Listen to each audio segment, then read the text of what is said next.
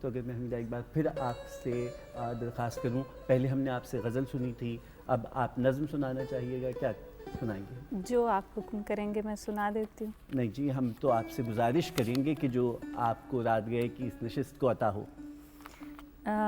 چلیے یہ ایک نظم سامنے آ گئی ہے. جی. نظم بہت ہی چھوٹی سی ہے. نظم کا عنوان ہے ایک بے دھیانی. ایک بے دھیان. میں ٹھنڈے توے کی روٹی ہوں. ٹھنڈے توے کی روٹی. میں ٹھنڈے توے کی روٹی ہوں، مجھے بے دھیانی میں ڈالا گیا، مجھے بے دردی سے پلٹا گیا. میرے کتنے ٹکڑے اکھڑ گئے، میں ٹھیک سے سینکی جا نہ سکی، میں کسی چنگیر میں آ نہ سکی. میرا پسنا گندھنا اور جلنا بیکار گیا، میں ہار گئی، ایک بے دھیانی مجھے مار گئی. واہ، بہت اچھا، بہت اچھا. کیا ہم اس پروگرام کی پلاننگ میں یسنا آپا آپ سے بات کر رہے تھے اور آپ نے ایک بڑی خوبصورت بات کی تھی کہ ہر بار براہ راست بات کر دینا کمال نہیں ہے. استعاروں میں اور علامات میں گفتگو کی جائے تو وہ ادب ہے، خاص طور پہ شاعری. شاعری.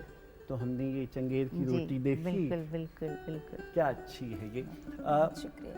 پاپولر لٹریچر پہ بھی اگر ہم بات کریں، جو پاپولر ادب لکھا گیا اور آج کا وہ ایک مین اسٹریم سے اگر ہٹ جائیں تو وہاں پر بھی ہم دیکھتے ہیں کہ خواتین لکھاریوں کی ایک بہت بڑی کھیل. جی بالکل. رضیہ بٹ سے اگر ذکر ہو یا جو اے آر خاتون کے ناول، پھر اسی میں ہمارے پاس اپنی بشرا رحمان صاحبہ ہیں اور وحیدہ نسیم ہیں، اور اس لاٹ میں کافی پاپولر بعد پچھلے 10-12 سال میں جو نئی لڑکیاں ہیں نا، عمیرہ اور نمرہ. عمیرہ احمد کا پیر کامل بہت زیادہ معروف ہوا نئی نسل میں، اور اصل میں اس کو ادب کے جیسے آپ نے مین اسٹریم میں کہا کہ شامل نہیں کرتے، لیکن میں سمجھتی ہوں کہ جو چیز ایک پوری نسل کو متاثر کر رہی ہے، اذہان پہ اثر انداز ہو رہی ہے، اس کو ہم نظر انداز نہیں کر سکتے. اس کو آپ کہیں بھی ریٹ کریں لیکن اس کا ذکر ضروری ہے. جیسے ابھی آپ نے کہا، دیکھا گیا ہے، میں بہت ادب اور احترام سے دو ادیبوں اور شاعرات کے سامنے یہ تقسیم کرنے جا رہا ہوں کہ نازک مزاجی ادب میں زیادہ ہے، اور وہ یہ اگر کہیں کوئی سمت بدلنے کی کوشش کرے تو اسے تسلیم نہیں کرتے. لیکن بھلے مین اسٹریم اسے نہ مان رہی ہو، فلم نے اور اب جو ڈرامہ سارا لکھا، ٹیلی ویژن ڈرامہ جو ہے، وہ سب اس پہ بیس کر رہا ہے.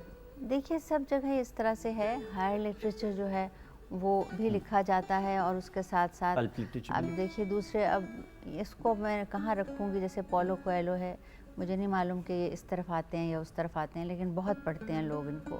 جو باہر بھی ایسا چیزیں جو ہیں، اور یہاں ہمارے ہاں ٹھیک ہے، مطلب جو لکھ رہا ہے اور کسی بھی شکل میں لکھ رہا ہے، داستان تو لکھ رہا ہے. اور ایک بہت بڑا جو ہے، مطلب بہت لوگ ہیں جو ان کے بھی ریڈرز ہیں، تو ٹھیک ہے کوئی لکھ رہا ہے. ایک اور بات بھی ہے کہ جو شخص لکھ رہا ہے، مسلسل کام کر رہا ہے، ہمیں نہیں معلوم کہ وہ کب کس وقت کوئی شاہکار چیز بھی لکھ دے گا.